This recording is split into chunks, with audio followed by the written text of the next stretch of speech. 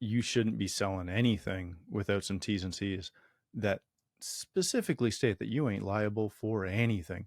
And I think what gets lost in most conversations with clients, to both of your points, is there's a lot of integrators that have transparency with their clients, but it's just a spoken conversation. It's not followed up with that. Yeah. So now that we talked about this, here you go. Can you sign right here? Say that we talked about this and that you agreed to all this. Now you give us the money. That wasn't part of the deal. He's right. Who wrote this thing? On this episode of ResiWeek, we talk the console game forecasts, math for profit, and AI facial recognition. All this and more on this episode of ResiWeek. The network for the AV industry. What are you listening to? This is AV. This is AVNation. This is AVNation. This is ResiWeek, episode 388, Reaching Amateur Status. Welcome to this episode of ResiWeek. This is your weekly roundup of all the latest news and stories for the residential AV industry. I'm your host, Matthew Scott for AVNation.tv. And this week, I'm pleased to be joined by two of my good friends. First, we have Avi Rosenthal. He's a partner at bluesalve. How you doing, Avi? I'm doing well, Matt. Thanks so much for having me on. It's the height of the summer, and there's lots of stuff going on. There is lots of stuff. Then we are also joined by the person I ask all of my jiu-jitsu questions to, Mr. Bob Archer. He's the senior editor at CE Pro. How you doing, Bob? Good. And yourself, Matt? I'm doing fantastic. It's a busy summer, which I think we're kind of in the lull, but before CEDIA starts. Oh, that is 2 months away. Not to throw rain on your parade, but less than 60 days. Start counting. No, I'm just trying to get through July. Our first article of the day that we're going to cover is from Bob himself.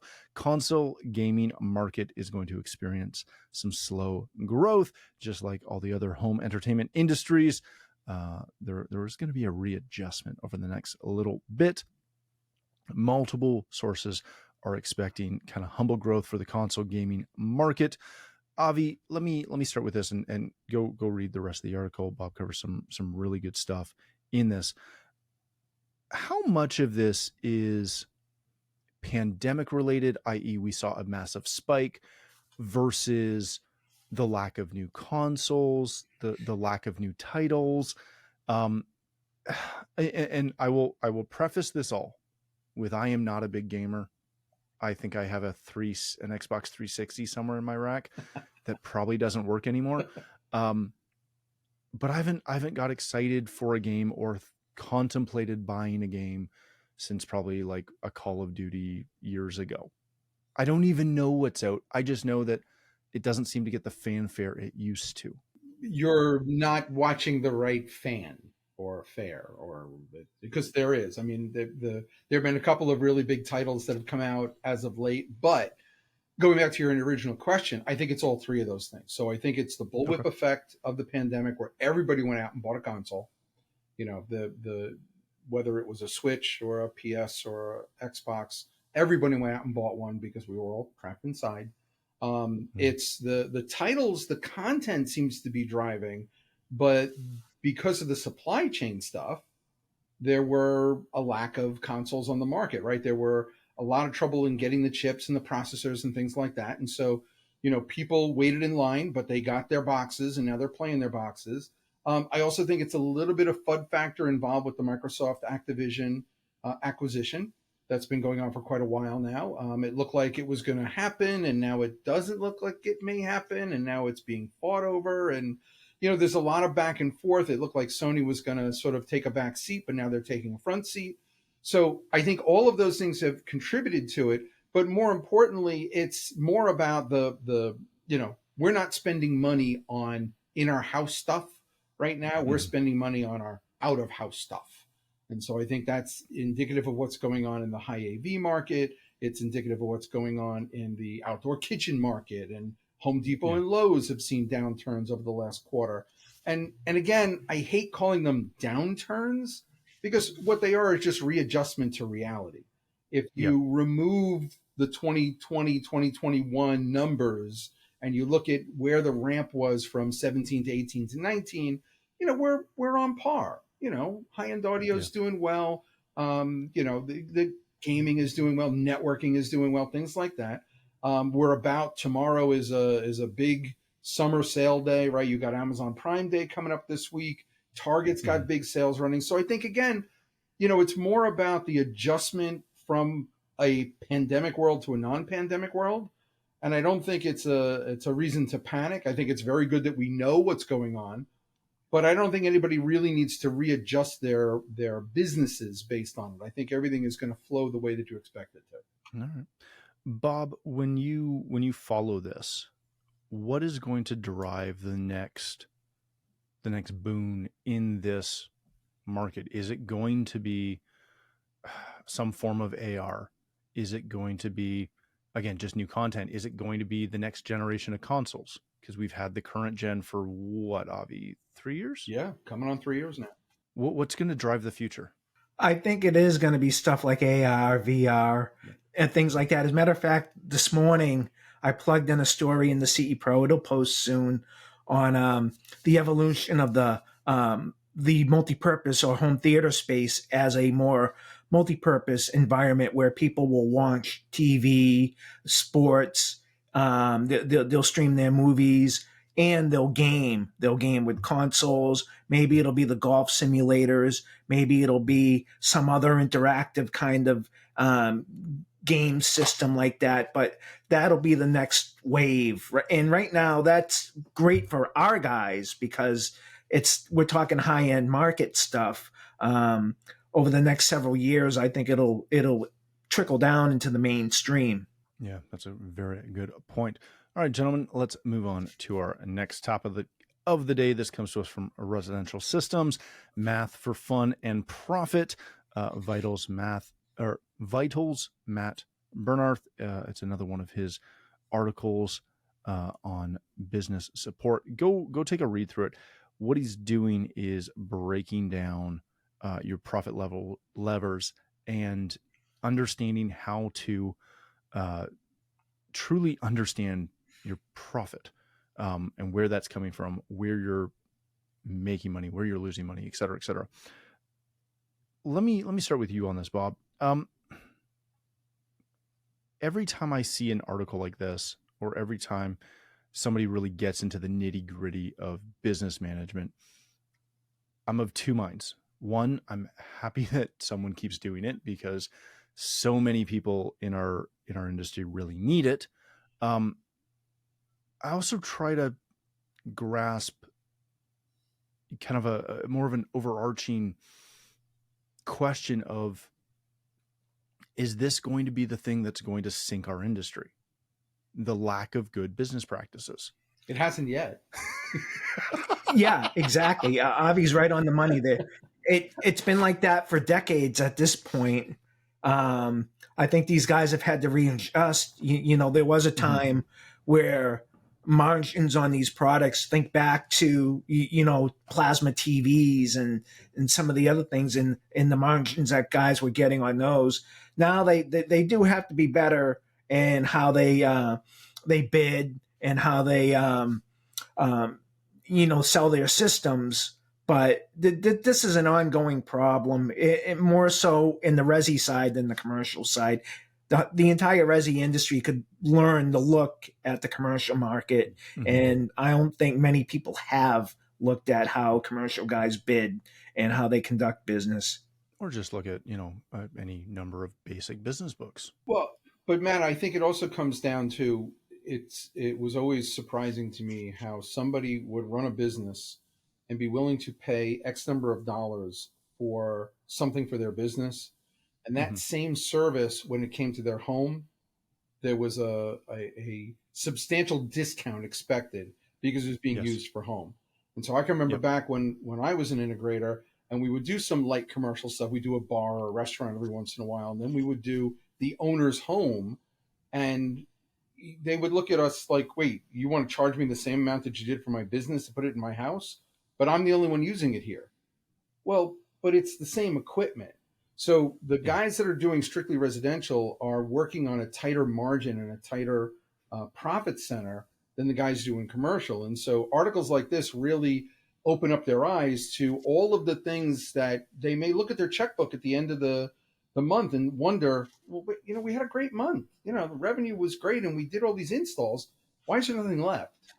And sometimes it's really hard to see the forest for the trees. And I think what this article does is it opens up some people's ideas to some of the things they may not have considered in the profitability of their businesses, and to take a serious look at them. So I look at it too with the sort of the double-edged sword of, why don't they know this? But sometimes it's, it's hard when you're in the day-to-day. Well, I mean, the reason that I get concerned when I see I don't get concerned when I see the articles. I get concerned that most people are going to gloss over the articles the same way they glossed over anything that was done from Cedia's side when they were trying to promote business practices, not the technical aspects of the job, but the aspect of running your business.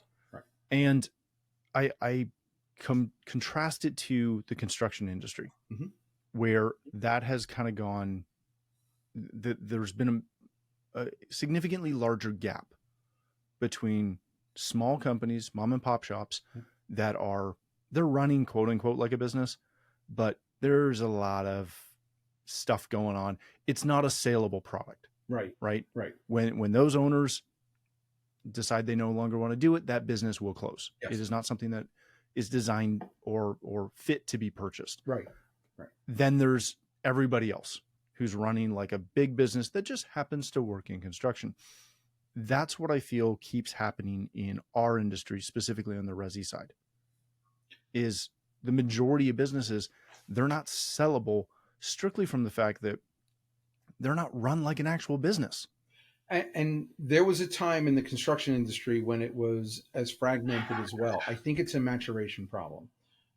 When you go to the National Association of Home Builders show, you go to the big builders show, there's an entire store run by the NAHB with books and textbooks and courses and classes and things to help all of these builders sort of run their businesses and understand the profitability of them. And I think that hasn't happened as much in our industry.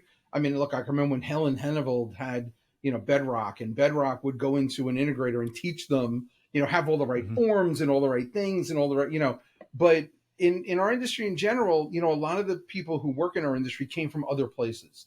And so this may be the first time they're running a business, and there's still an immaturity when it comes to how to deal with this. And so I applaud Vital's efforts and Origin, for sponsoring it in sort of helping lift these guys up, because there's no doubt that it has been a problem in our business, right?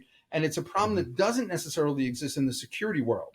Companies are bought and sold and traded in the security world all the time because of the way that they structure themselves and the learning process that they went through and the recurring revenue. The recurring revenue, Avi, is a big thing, though. Absolutely, Bob.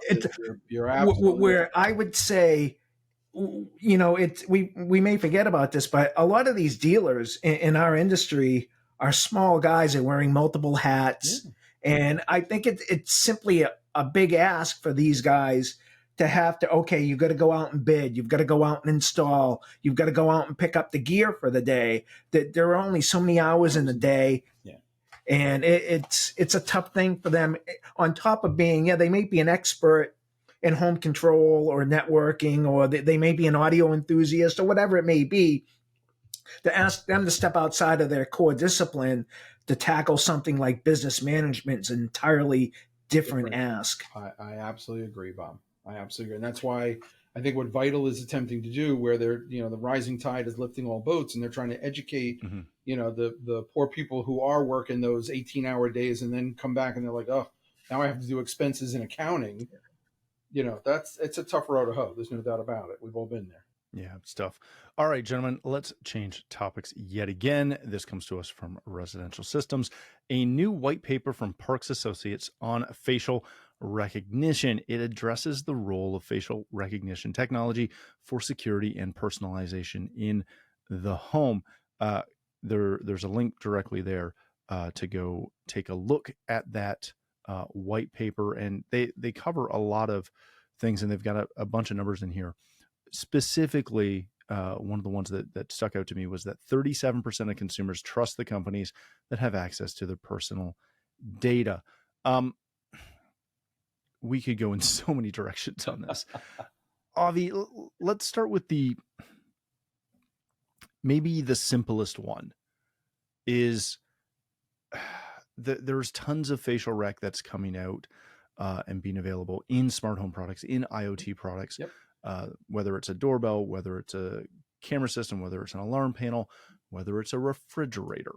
I would just love a refrigerator that would keep my 3-year-old out of it. That's all I think he needs. But they're probably not tall enough for the facial recognition camera. It's like, oh no, he climbs on the bottom drawer right, and gets up. Oh yeah, it's very impressive.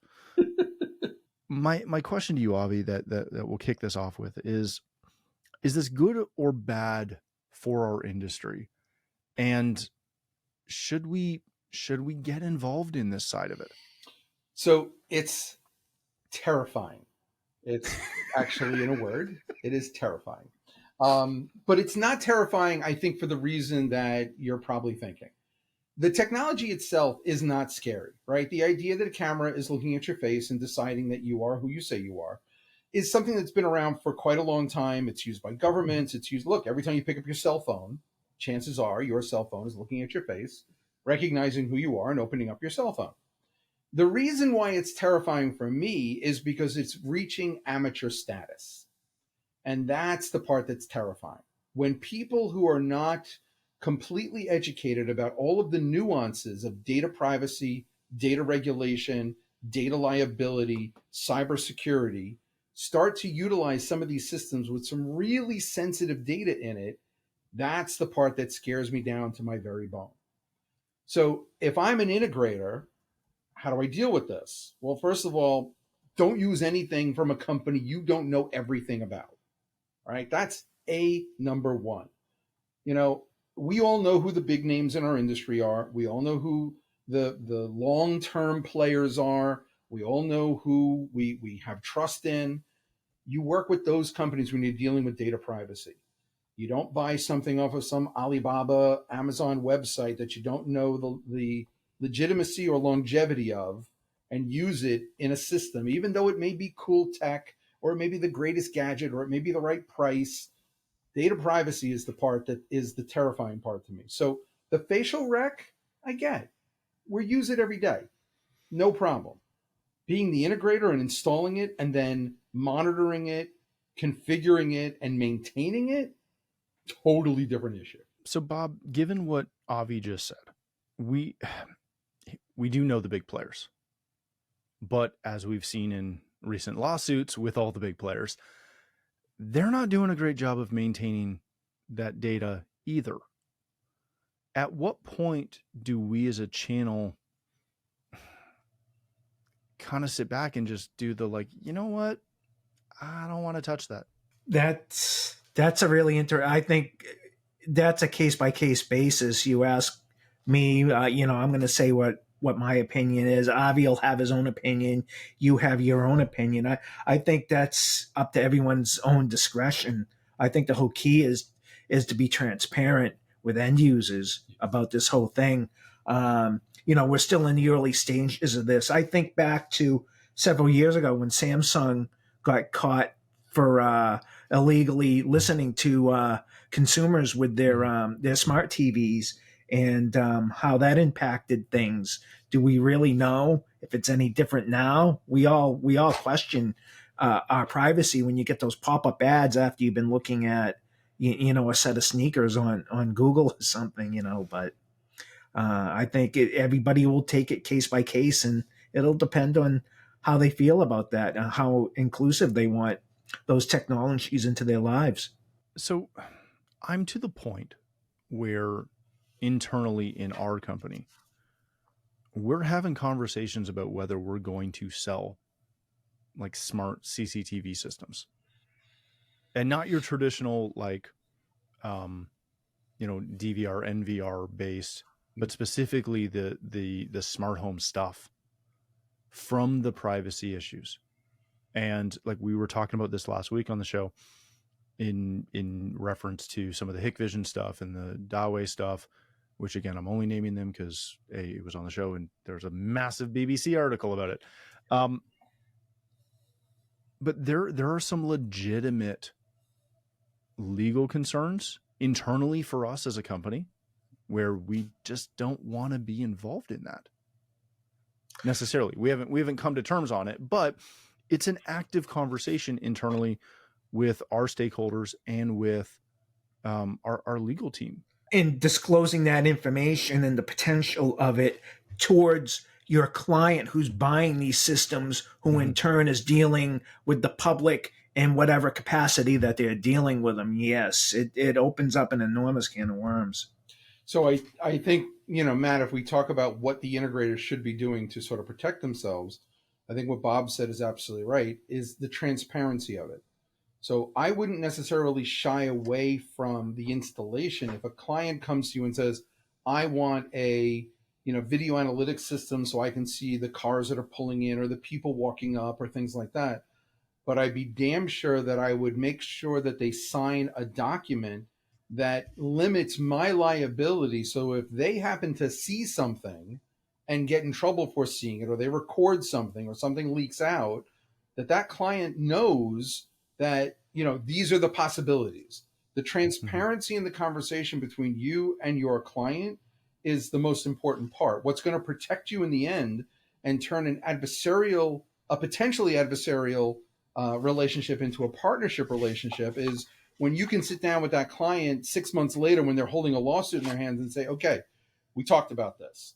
We talked about the fact that your system was going to do this, this, and this is how it was storing it, and this is what happened, and let's work together to work on a solution, rather than you just being served because the client didn't understand the technology, didn't understand the liability of it, and is now coming to you screaming, oh my God, this is what happened. And my daughter's image leaked out and now it's all over the interwebs. So I think that the conversation is with the client and making sure that they understand what's going on and get them to sign something. We did it back in the day in the security world, and they still do it now. Yeah. When you install a security system, they sign a contract. That contract specifically limits the liability of what happens if, God forbid, that security system doesn't work or works too well or doesn't work at all or what have you. I think that the same kind of T's and C's, the same kind of terms and conditions have to be applied to some of these newer technologies and some of this data privacy issue. Yeah, we've talked about that for years on the show, that you shouldn't be selling anything without some T's and C's that specifically state that you ain't liable for anything. Exactly. And I think what gets lost in most conversations with clients, to both of your points, is there's a lot of integrators that have transparency with their clients, but it's just a spoken conversation. Yeah. It's not followed up with that. Yeah. So now that we talked about this, here you go. Can you sign right here? Say that we talked about this and that you agree to all this. Yeah. Just before we leave this topic, I got sent something from one of my manufacturers the other day, which I found very interesting. It was a camera system designed for a construction site, where the analytics within the cameras and the system could determine who was on site based off facial rec, and then whether or not they were in compliance for high-vis vests and hard hats. Wow. And we've seen this. We saw this in the middle of COVID in a way where we were selling some systems based on tracking numbers of people walking in and out of doors using cameras. Yep. This is a whole other area. Is there concern, or is this something that is honestly helpful to us? So in my mind, it's helpful. I used to be the high-vis hard hat police on my jobs, right? I was the guy I'd come rolling up and I'd put my hat on and, I'd go walking in and it'd be three of my guys pulling cable, and their hard hats sitting on the ground right next to them. Because we did work in Florida and it was freaking hot. And there's nothing hotter than wearing a hard hat in the Florida sun, right? And I understood. Rookies, you got to clip that to your belt like a boss. Right? There's nothing, but I mean, if I ever did something like that. Right, exactly. Exactly. But so I think that it helps in the compliancy. I mean, it does open up a lot of questions in my mind about where else that data is going. You know, is OSHA going to have access to that data? Or is my insurance company going to have access to that data?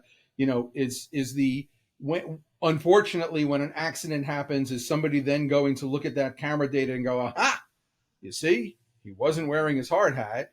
Or the reverse of, all right, well, thank God he was wearing his hard hat. You know, I like to put these in a positive spin. But I think at the end of the day, these are the kinds of things that we can expect out of the world in the future. Many other countries already do this with regularity, and not just the communist ones, right? Of course, it's a different issue. But most countries do it with compliancy these days. I was in Singapore a few weeks ago, and there's a lot of construction going on, and we walked the Formula One. They're getting ready for the Formula One race down in Singapore, and it was all under construction. And, we walked through the area, and, a couple of the guys, pointed at us. And, of course, they said in whatever language they were speaking. I'm sure we got yelled at, but we didn't understand it. But there were cameras everywhere watching the guys work. And there were cameras and signage everywhere talking about the fact that they were under surveillance. And I think it's just a matter of time before a lot of things that we sort of take for granted are, in fact, being monitored, to make sure that things are in compliancy and there's safety involved. We've all been on job sites where guys have gotten hurt, and it's very unfortunate when it happens. And 9 times out of 10, you're second guessing, like, well, why wasn't he wearing his steel boots? And why wasn't he wearing the high view? And how did he get in the way of the forklift or what have you? And I think these camera systems, although they sound very obtrusive, in the future can actually help. So Bob, just before we wrap this up, are we going to have to go beyond the traditional, big placard that says the site is under surveillance and go to the site is under surveillance as well as compliance for these things? I think it'll be commonplace. We're not going backwards with any of these technologies. It's going to move forward whether people want it or not. I think it'll be up to the legal system to adapt to be able to cope with whatever legalities are the result of these new technologies. And I think it'll be as ambiguous as anything else these days, as a Ring doorbell or whatever. So it's here whether we want it or not. That's the truth. All right, gentlemen, let's wrap it up there. Thank you both so much for joining us. Bob, if people want to connect with you, learn more about CE Pro, where can they do that? They can go to CE Pro at cepro.com, or they can find me on Instagram, and that my handle on Instagram is BA1 Boston. I love that you have it, because that means I don't have to read it off your title card here. I looked before we hopped on. There you go. Right? I love it. Avi, thank you for joining us. If people want to connect with you, learn more about bluesalve, how can they do that? So certainly on our website at www.bluesalve.com. And then I'm a member of Threads, and my handle on Threads is Avi Rosenthal IoT. So please come and join me on Threads. We're having interesting conversations about IoT every day. Every day. All right. Thank you again for joining us. If you'd like to connect with me, you can find me on Twitter at Matt D. Scott and every other social platform, including Threads and Instagram and everything other than TikTok. But more importantly, please visit AVNation.tv, where you'll find this show as well as a wide variety of other shows with all the verticals that we cover. When you visit the website, please take a moment to check out our supporters. We are extremely thankful for their support and ask that you check them out as well. Thanks again for watching. That's all the time we have for this episode of ResiWeek.